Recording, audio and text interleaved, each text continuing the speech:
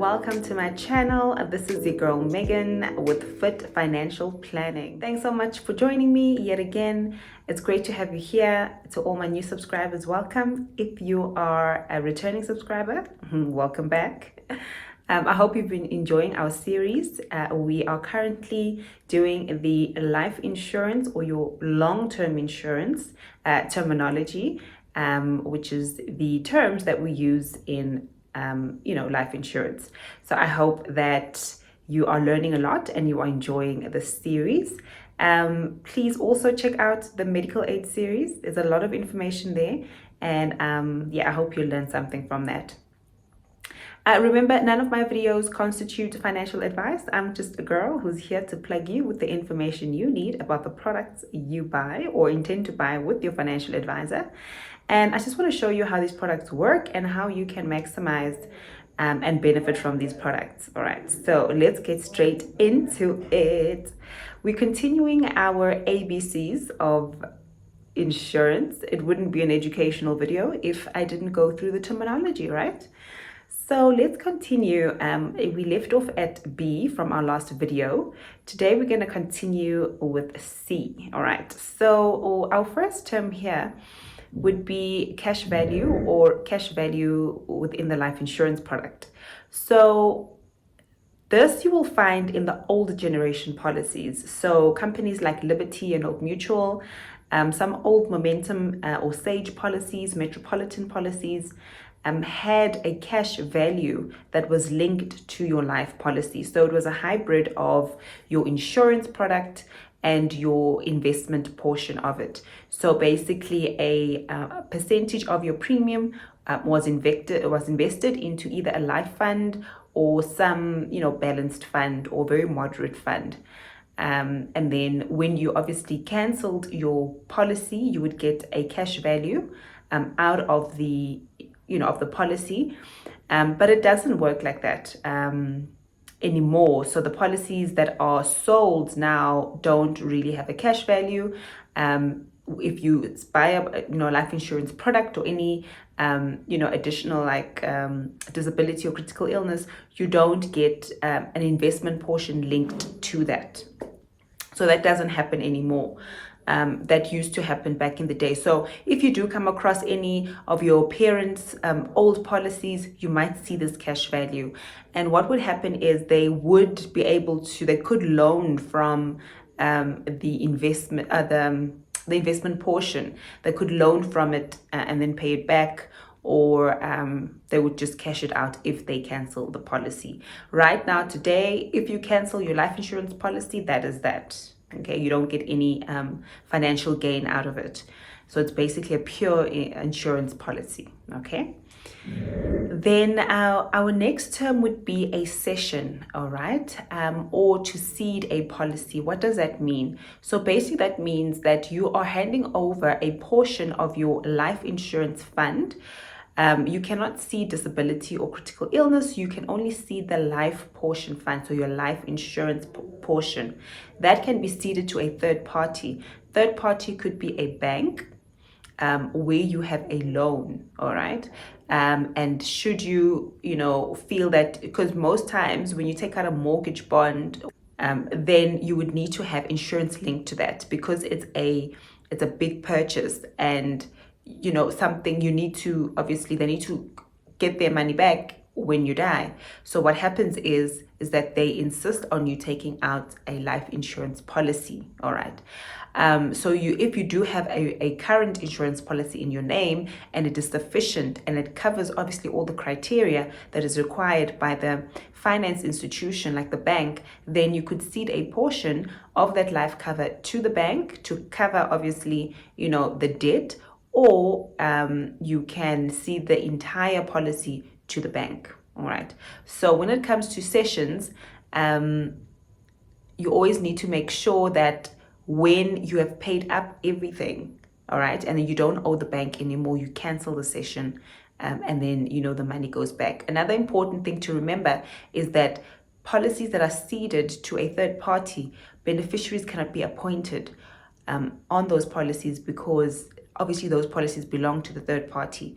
And if you have the insured value is equivalent of the amount of the home loan, then, a beneficiary doesn't benefit from that. However, if it's more than the home loan, and whatever's left over should be paid out to a beneficiary if there's anything left over, after claim stage. So there's just certain things you need to be aware of, or if you're administering maybe a parent's, estate, just find out if any of their policies have been ceded to third parties like banks, okay? Our next term here would be your child protection benefit. That is usually included as a rider benefit on policies at quote stage. So you can request it if the insurance company does offer that type of cover. So basically this, protects any of your children against the impact of severe illness and disability. So, you can't really take out insurance products on children, especially if they're underage. So this is a way of the child, being covered if, a disability event or a critical illness event does happen to the child. And also life cover policies are not, you cannot take out a life policy on a child's life.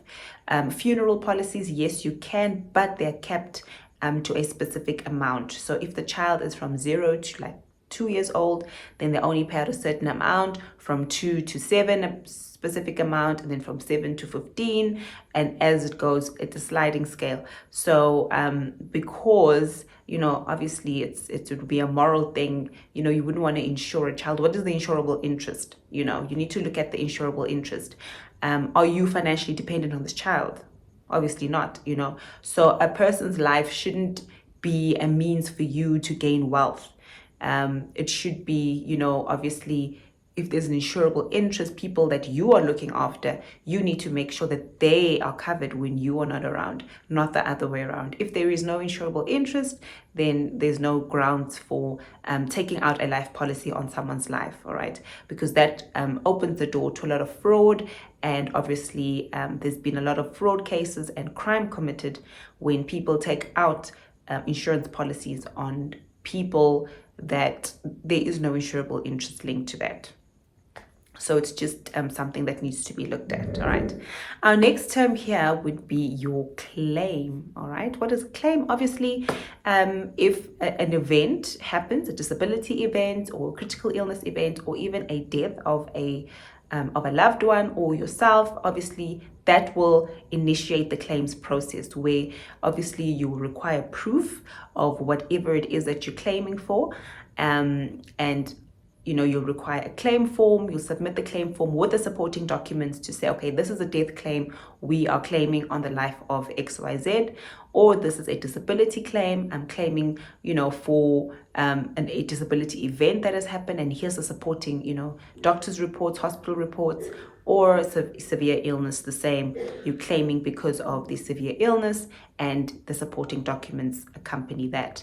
So that's what happens at claim stage. This is when you now give supporting documents to support your claim that you need this lump sum paid out, all right? And remember, when the funds are paid out in any of these long-term insurance products, none of the money is taxed, okay? You will get the lump sum paid out to either the estate or the beneficiaries, or to you, the main member. If it is a disability or critical illness claim, funds get paid out to you tax-free. None of this is taxed, all right? Yes, there will be a declaration to SARS, but it's totally tax-free, okay? And then our next term would be commission, all right? So commission is basically an incentive given to obviously the brokers or the wealth managers or the IFAs that sell these products. Okay, remember, these are products that you buy.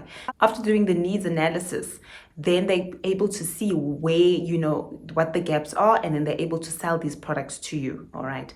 So obviously an incentive for them to sell these products is obviously commission, all right? They're not doing it for free. It's not a charity case. Obviously you paying the premiums, but they get an incentive from the insurance company to sell these products. An IFA can only receive commission if they are, number one, accredited to sell these products, all right? You need to make sure that the person you're dealing with can sell these products indeed.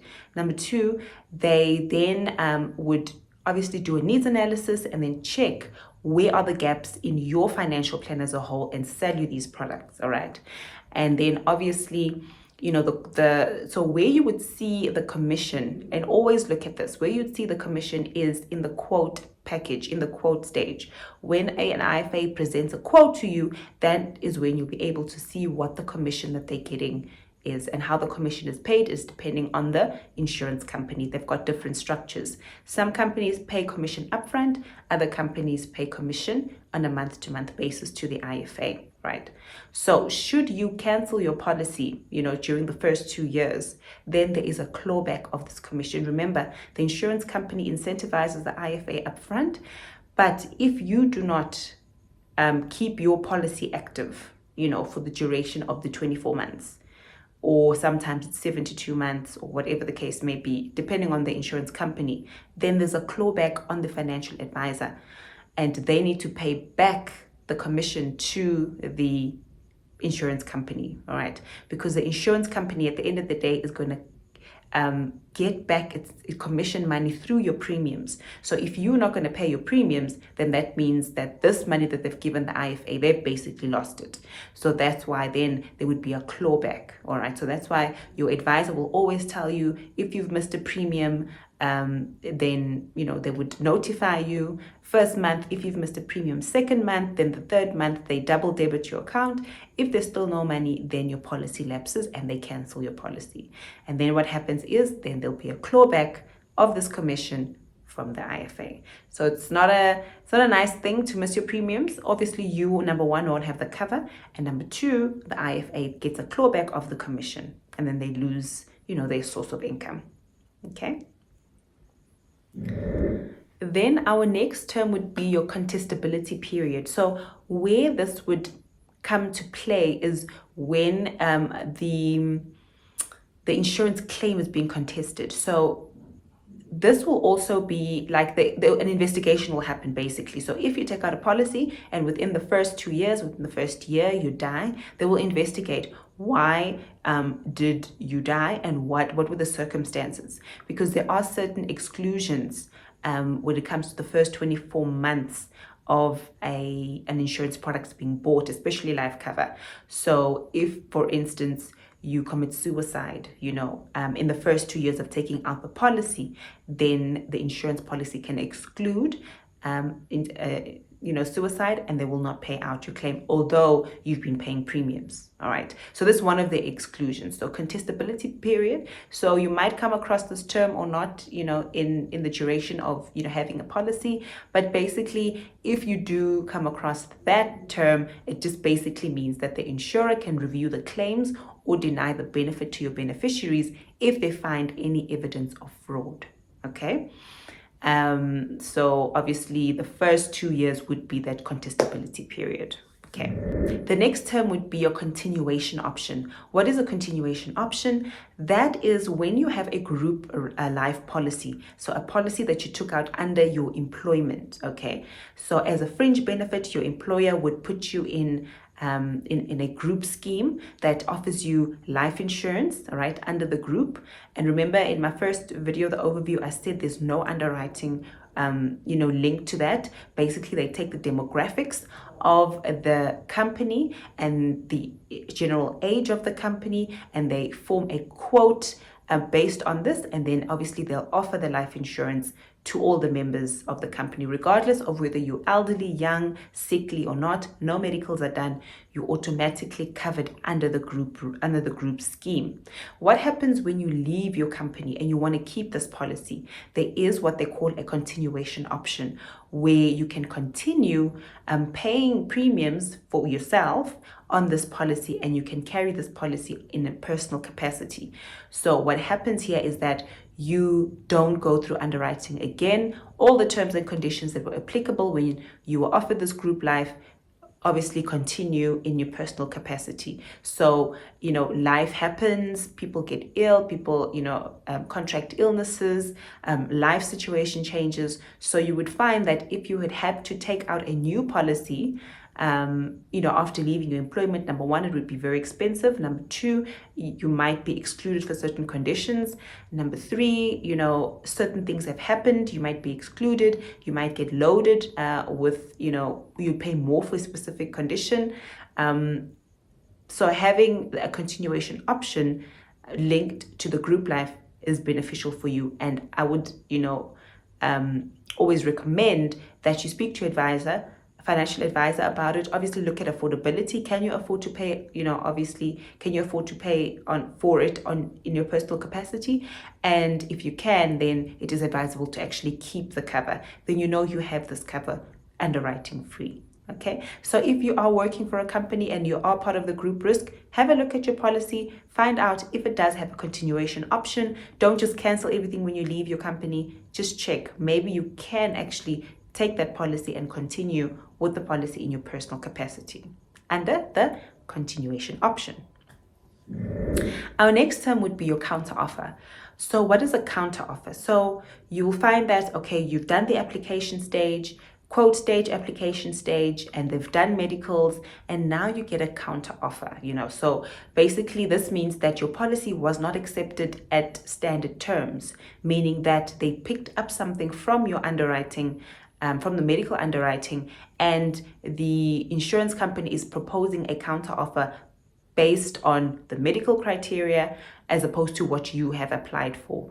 So, you need to obviously read the counter offer. It might be that they put loadings. So it might be that once they did your medicals and they found that your cholesterol was too high, or you had signs of diabetes, or for critical illness, your pre-existing conditions, might be problematic in the future as you get older, they might put a loading on that specific condition, meaning that should you want to claim for diabetes, you can still claim. They're not excluding it. They'll claim, you can claim, but instead of paying the 52 Rand that we quoted you, you are now going to pay 152 Rand. We're going to load you.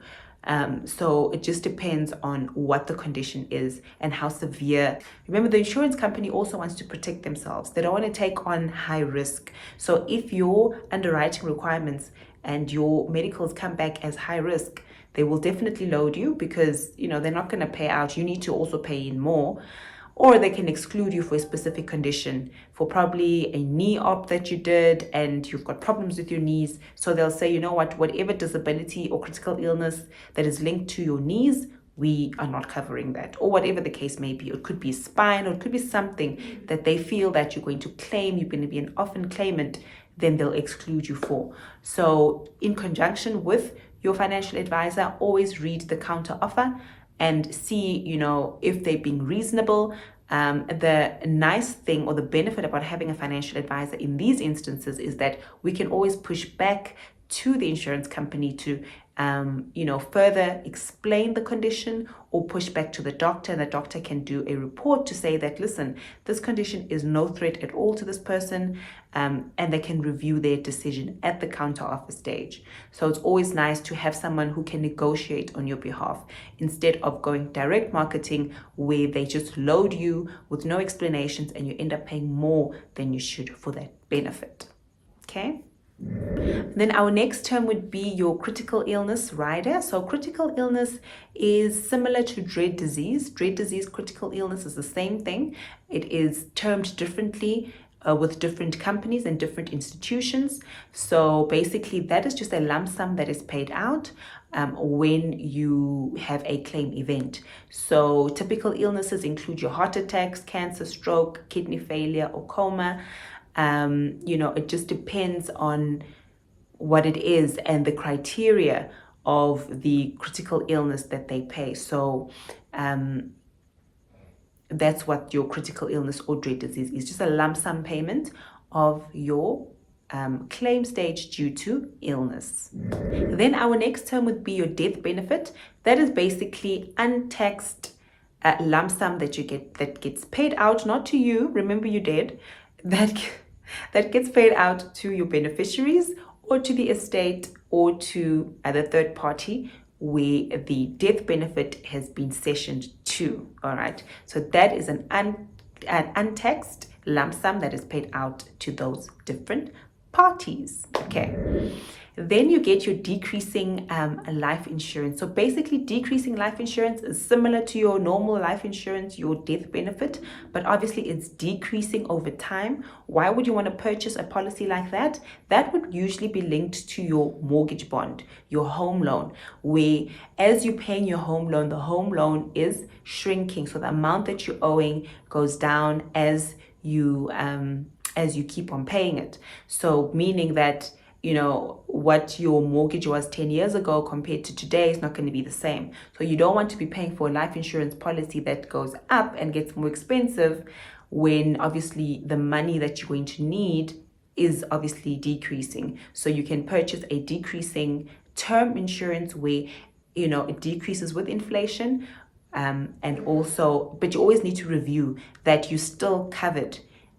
The amount of the home loan that's outstanding and your insurance policy should still match. Okay? Because remember, when you die, all that money gets paid to the bank, and you don't want any shortfalls because you don't want your beneficiary struggling to pay off what is left from the home loan. Okay, well, we're going to leave it here today. Thank you once again for joining me. If you enjoyed this video, please consider subscribing. Please like it, please share it. And yes, I look forward to engaging with you. I'll have the description of all these terms in the description box below, so please have a look at them. And should you have any questions, please pop me an email or comment down below. Let's engage. And yes, it was great being with you. Till the next one. Yes, thanks guys. God bless.